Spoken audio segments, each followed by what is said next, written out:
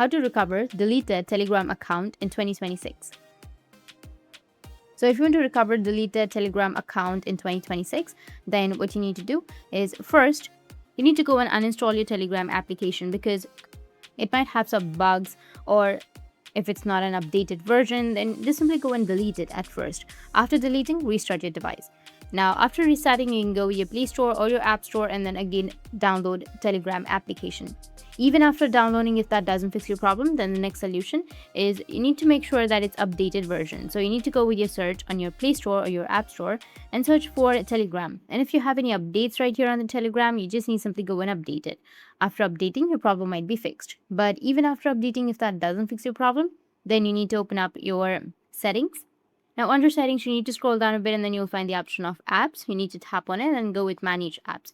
Now, under manage apps, you need to search for Telegram and go with clear data, which will be on the bottom, and tap on clear cache. After clearing your cache, your problem might be fixed.